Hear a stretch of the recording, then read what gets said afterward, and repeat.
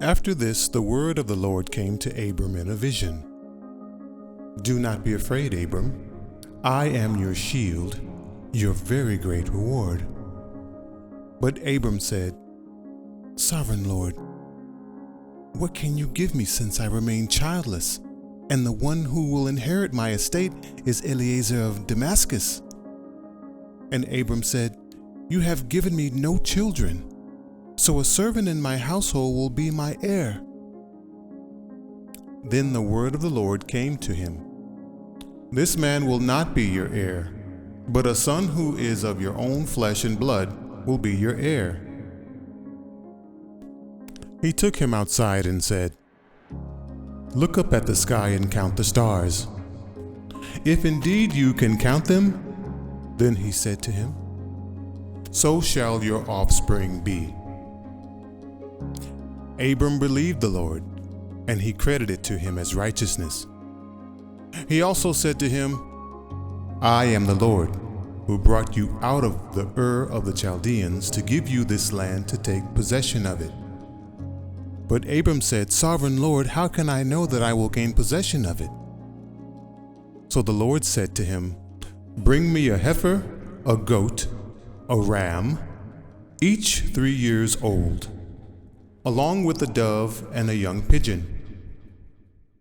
Abram brought all these to him, cut them in two, and arranged the halves opposite each other. The birds, however, he did not cut in half. Then birds of prey came down on the carcasses, but Abram drove them away. As the sun was setting, Abram fell into a deep sleep, and a thick and dreadful darkness came over him. Then the Lord said to him, Know for certain that for 400 years your descendants will be strangers in a country not their own, and that they will be enslaved and mistreated there. But I will punish the nation they serve as slaves, and afterwards they will come out with great possessions. You, however, will go to your ancestors in peace and be buried at a good old age. In the 4th generation your descendants will come back here, for the sin of the Amorites has not yet reached its full measure.